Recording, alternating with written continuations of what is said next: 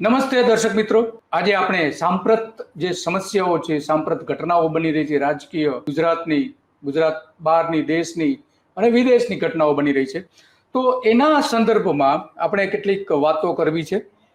ખાસ કરીને એટલા માટે કે અત્યારે ઘણા બધા જે વિદેશ સાથેના સંબંધો છે, પછી સંઘ અને ભાજપ સાથેના સંબંધોની જે આખા દેશમાં ચર્ચા ચાલી રહી છે, અને આ બધી જ બાબતો સાથે આપણી સાથે ચર્ચા કરવા માટે જોડાઈ ગયા છે શ્રીનાથભાઈ ઉપાધ્યાય, કે જેમનું આખું ફેમિલી સંઘ સાથે વર્ષોથી જોડાયેલું હતું. આઝાદી પહેલાથી સંઘ સાથે જોડાયેલા હતા. એમના ફાધર અને એમના પિતા અને એમના કાકા ત્યારથી આજ સુધી સંઘની સાથેના નાતો એમનો રહ્યો છે. અને એમણે શ્રીનાથભાઈએ ભારતીય જનતા પાર્ટીનું જે પ્રદેશ કાર્યાલય છે એની જવાબદારી સંભાળેલી છે, અને સ્વદેશી જાગરણ મંચની તો આખા ગુજરાતમાં અને દેશમાં અનેક વિસ્તારોમાં ફરીને આખી એક ઝુંબેશ પણ ચાલુ કરી હતી સ્વદેશીની. તો આવા અનેક એમણે કામ કરેલા છે સંઘ અને ભાજપ માટે.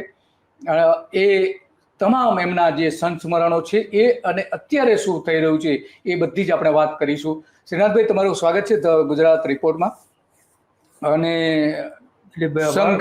સંઘ સાથે જે તમારા ફેમિલી સાથેનો વર્ષોનો નાતો રહ્યો છે, તો જે પેલા સંઘ કેવું હતું, શું પરિસ્થિતિ હતી, સંઘ સાથેના લોકોના કેવા કાર્યકરો અને કેવા જોડાણ હતા, અને પછી સંઘમાં કઈ રીતના પરિવર્તનો આવ્યા, અને આજે સંઘની શું પરિસ્થિતિ છે, એની થોડી વાત કરશો? તો દિલીપભાઈ, પહેલા તો હું એક વાત કરીશ કે આ બધી ચર્ચાઓમાં શરૂઆતમાં આપણે રાષ્ટ્રીય સ્વયંસેવક સંઘને સમજવું પડશે. યસ. જે 1925માં RSSની શરૂઆત થઈ અને આજે એના 100 વર્ષ પૂરા થયા છે. આ 100 વર્ષની અંદર સમયે જે પરિવર્તન આવે છે એને સમજવા પડશે. એટલે સૌથી પહેલાં તો રાષ્ટ્રીય સ્વયંસેવક સંઘને સમજવા માટે એની જે કાર્ય પદ્ધતિ છે એને સમજવી પડશે. એટલે શરૂઆતમાં સંઘની શરૂઆત થાય છે 1925માં, પછી 1964માં વિશ્વ હિન્દુ પરિષદની સ્થાપના થઈ, અને પછી ધીમે ધીમે અલગ અલગ ક્ષેત્રોની રચના થવા માંડી. જેમ જેમ જરૂરિયાત પડી, દેશમાં આવશ્યકતા છે એ વિષયો લઈને એની શરૂઆત થવામાં આવી. પણ મુખ્ય વિષય એ છે કે ઓવરઓલ સંઘ અને સંઘની જે સંસ્થાઓ છે એમાં પ્રચારકો હંમેશા કેન્દ્ર સ્થાને રહેલા છે. એટલે તાલુકાથી લઈને કેન્દ્ર સુધીના જેટલા પણ પ્રચારકો છે બધા પોતપોતાના ક્ષેત્રોમાં અને પોતાના સ્તર ઉપર આ બધે સર્વા અને પોતાનું ડોમિનેશન હોય છે. આ મુખ્ય વિષય છે. બહુ કડવું સત્ય છે, પણ એ સત્ય છે કે એમનું સર્વા અને પોતાનું વર્ચસ્વ સ્થાપેલું હોય છે.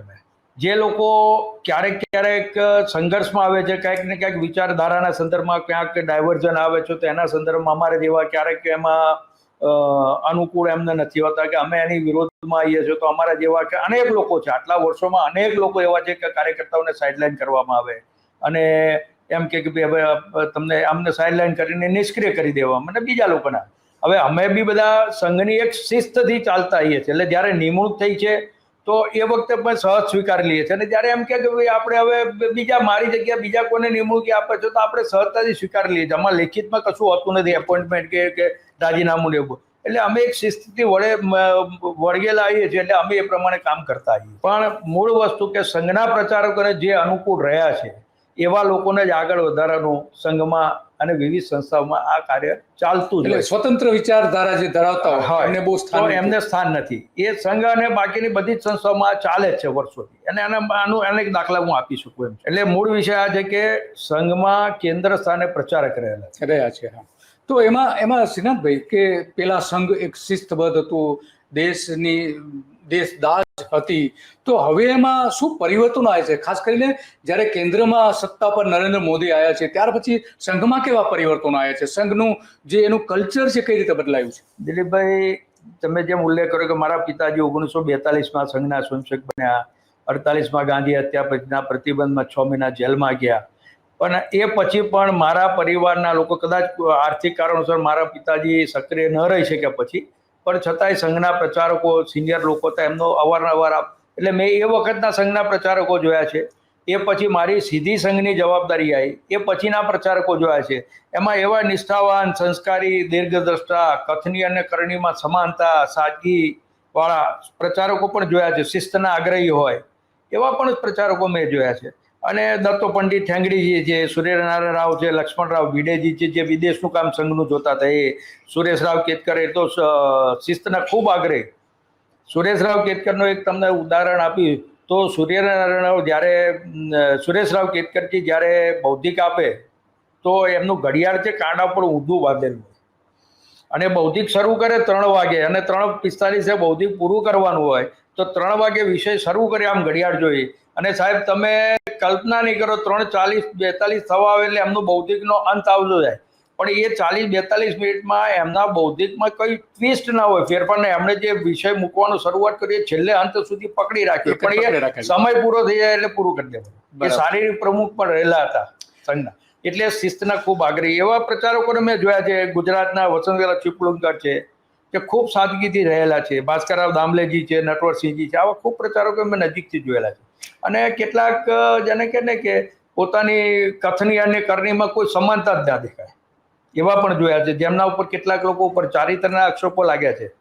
હમણાં તમને જો ખબર હોય તો 15મી ઓગસ્ટે નરેન્દ્રભાઈ મોદી એવું કીધું કે સંઘ એક NGO છે અને ચારિત્ર નિર્માણનું કામ કરે પણ જે ચારિત્ર નિર્માણનું કામ કરનાર સંઘના પ્રચારકો જે છે એમની ઉપર જ ઘણા બધા આક્ષેપો લાગ્યા છે ચારિત્રના અને એમાં એમના પદો ઉપરથી દૂર કરવા પડ્યા છે એવા પણ દાખલા છે. બરાબર છે. એટલે તો પહેલાના સંઘમાં હવે અત્યારે શું હવે ધીમે ધીમે ફેરફાર થતો જાય છે. અચ્છા. અને ખાસ કરીને મારો જે અનુભવ આટલા વર્ષોનો રહ્યો છે રામ જન્મ આંદોલનથી એક મોટો ઇતિહાસ છે.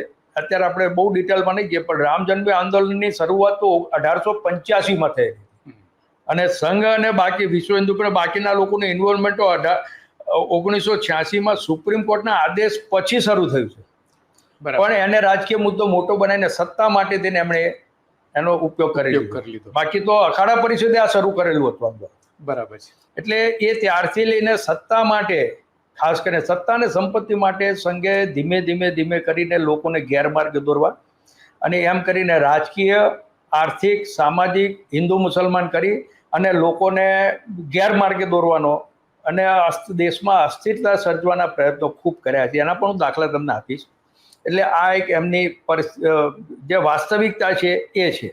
અને વિરોધ પક્ષના નેતાઓને જેમ કે મનમોહનસિંહ સરકારમાં CWG કોલગેટ ને આ બધા જે ભ્રષ્ટાચારના આક્ષેપો કર્યા હતા બરોબર છે. સંજય નિરૂપમે કોર્ટમાં કેસ કર્યો અને વિનોદ રાયે હાઈકોર્ટમાં માફી માંગી છે કે ભાઈ આ બધા કેસો ભ્રષ્ટાચારના આક્ષેપો એમાં કશું હતું જ નહીં. તો શું આજે દિલીપભાઈ એ સંઘ પરિવાર 2014માં નરેન્દ્ર મોદી સહિત બાકીના બધા જ લોકો જ્યારે કોલગેટ અન્નાનું આંદોલન થયું ને એની પછી જે પરિસ્થિતિ સર્જાઈ અને કોંગ્રેસની સત્તા ગઈ અને એ જ વિનોદ રાય છેલ્લે હાઈકોર્ટમાં માફી માંગી કે આમાં કશું જ નતું. તો હવે સંઘ પરિવાર માફી માંગશે. આમાં તમને એક ઉદાહરણ આજે 5.5 લાખ કરોડના જે ભ્રષ્ટાચારની વાત કરો છો એમાં બીજું એક જે ગુજરાતનું કંડલામાં 2 લાખ કરોડ રૂપિયાનો ભ્રષ્ટાચાર થયો છે એવો આરોપ ભારતીય જનતા પાર્ટી ગુજરાતની સરકારે નરેન્દ્ર મોદીની સરકારે એના પ્રવક્તા પ્રધાનો હતા જયનારાયણ વ્યાસ અને સૌરભ પટેલ એ બંને આરોપ મૂક્યો હતો કે 2 લાખ કરોડ રૂપિયાનો ભ્રષ્ટાચાર કંડલા બંદર ઉપર જમીનની લીઝ આપવા માટે થયો છે. એમાં પણ પછી કશું નથી.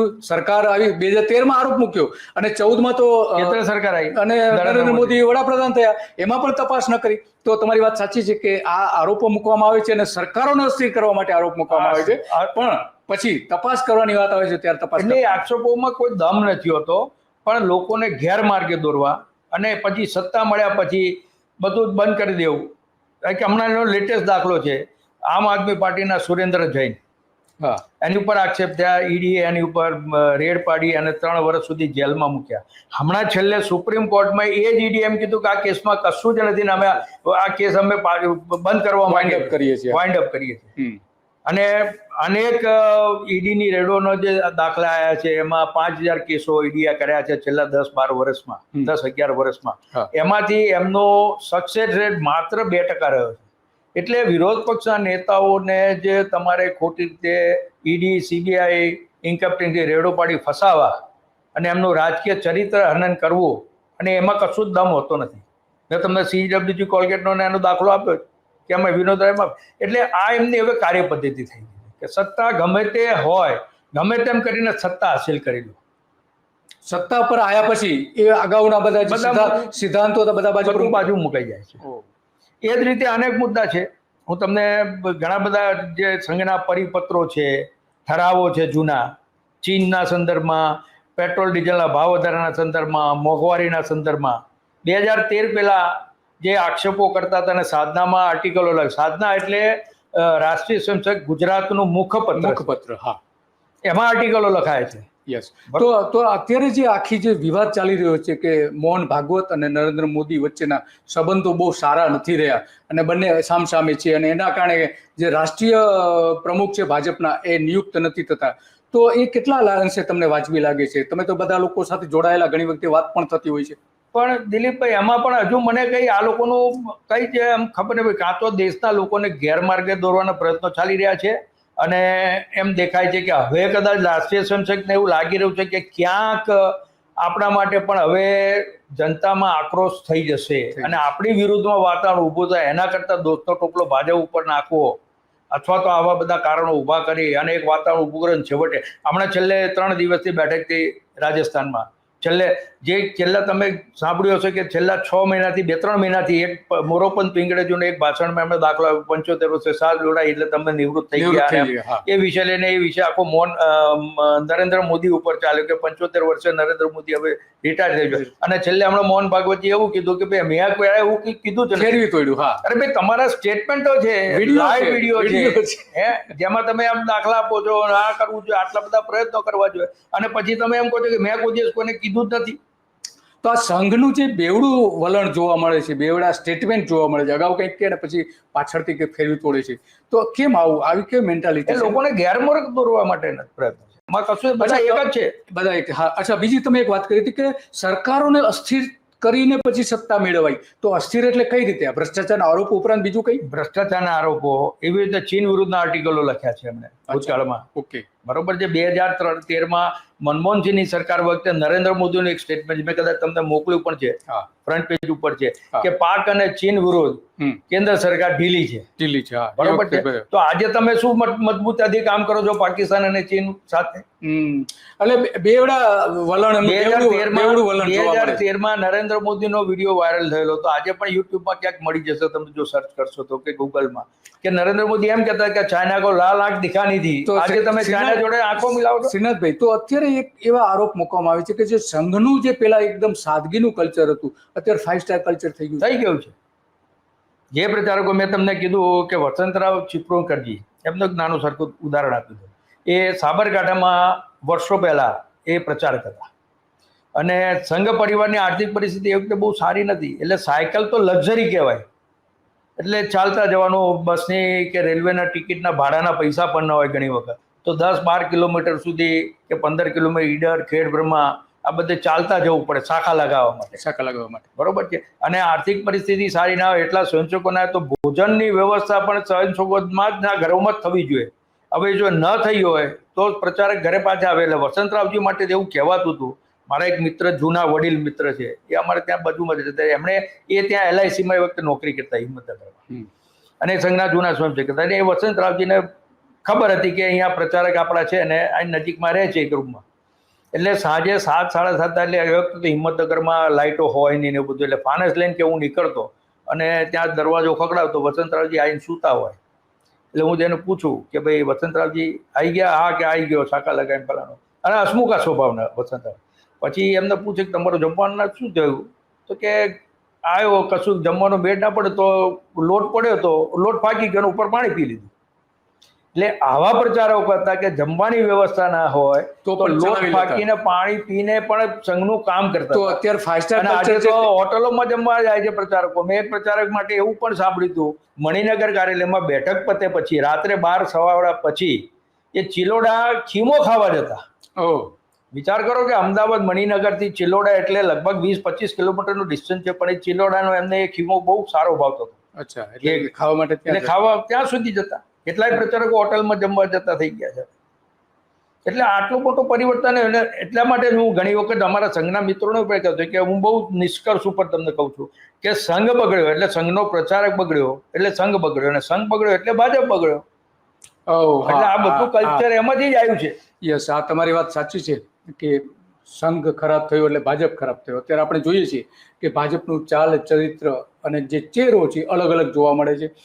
ગુજરાતમાં જો વાત કરીએ તો એટલા બધા કૌભાંડો આ સરકારમાં બહાર આવ્યા છે, હમણાં જ બહાર આવ્યા છે. છેલ્લું કૌભાંડ આપણે કહી શકીએ 2,500 કરોડ રૂપિયાનું મનરેગા કૌભાંડ, એ પણ બહાર આવ્યું છે. તો શ્રીનાથભાઈ આપણે વાત કરી અને આ વાત અત્યંત ગંભીર છે કે પહેલાનો સંઘ અને અત્યારના સંઘમાં આસમાન જમીનનો ફરક આજે મેં છાપામાં વાંચ્યું કે મંત્રીના આસમાન જમીનનો ફેર પડી ગયો છે અને એ ફેરના કારણે શ્રીનાથભાઈ જે ગંભીર વાત કરી છે અને આપણે અહીંયા આ વિરામ લઈએ અને આ જ વિષય ઉપર આપણે અલગ બીજી વાત કરીએ કે કિસાન સંઘ એ કઈ રીતે ગુજરાતમાં સક્રિય હતો અને શું પરિસ્થિતિ આવીને ઊભી રહી એની આપણે વાત કરીશું અને એ સંપૂર્ણ વિગતો શ્રીનાથભાઈ આપને આપશે.